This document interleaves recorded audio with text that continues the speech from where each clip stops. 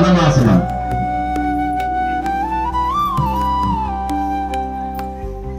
ప్రణవాసనం చక్కగా ఇలా నమస్కారం చేస్తూ గాలి బాగా పీల్చుకోండి. బ్రీతింగ్.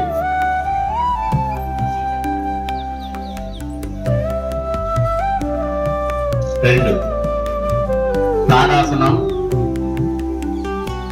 తాడాసనం నమస్కారాసనం నుంచి ప్రణవాసనం నుంచి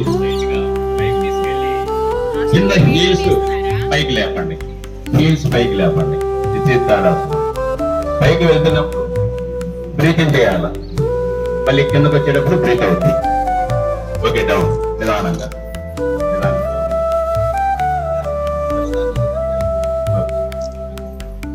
తర్వాత వృక్షాసనం. వృక్షాసనం అంటే కుడి పాదం ఫస్ట్ కుడి కాలు తీసుకోండి. కుడి పాదం తీసుకొచ్చి లెఫ్ట్ థై మీద పెట్టండి.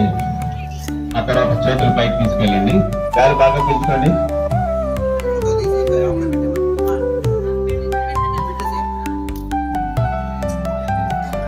రైట్ హ్యాండ్ పైకి తీసుకెళ్ళి అలా పైకి తీసుకెళ్ళి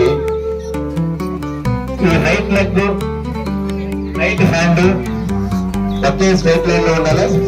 రైట్ హ్యాండ్ వైపు చూస్తా ఉండండి. This is త్రికోణాసనం.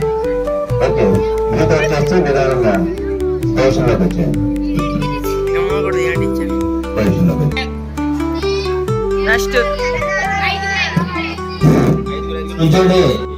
పూర్తిగా ఆని ఉండాలి. గాలి బాగా పీల్చుకోవాలి. గాలి కదా, మా చేతులు వంకకూడదు. ఓకే, నిదానంగా గాలి వదులుతూ హస్తపాదాసనంలోకి రండి. పైనుంచి కిందకి హస్తపాదాసనం. చేతులు ఇక్కడ హస్తపాదాసనం అంటే అరిచేతులు మీ పాదాలు ఎలాగైతే నేలకి ఆనిచున్నాయో అట్లాగే అరిచేతులు కూడా నేలకి ఆనాలి. అక్కడ ఆనేంత వరకు ప్రయత్నించాలి. అది బై ప్రాక్టీస్ వస్తుంది. మీరు ప్రతిరోజు ప్రాక్టీస్ చేస్తే నెక్స్ట్ యోగా డే కల్లా మీ చేతులు అరిచేతులు దానికి ఆనుతాయి. నెక్స్ట్ అశ్వ సంచలనాసనం. ఎడంకాలు అక్కడే ఉంచండి. ఎడంకాలు అక్కడే ఉంచండి. కుడికాలు వెనక్కి తీసుకెళ్ళండి.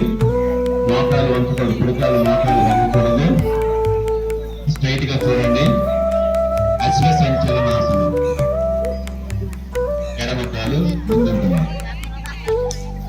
అశ్వ సంచలనాసనం.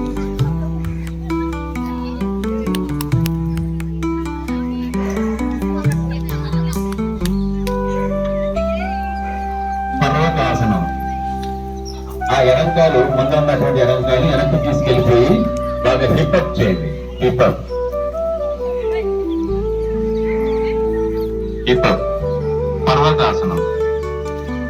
పర్వతాసనం కూడా కుర్చీలో కూర్చొని కూడా చేయొచ్చు ఈ ఆసనాలన్నీ.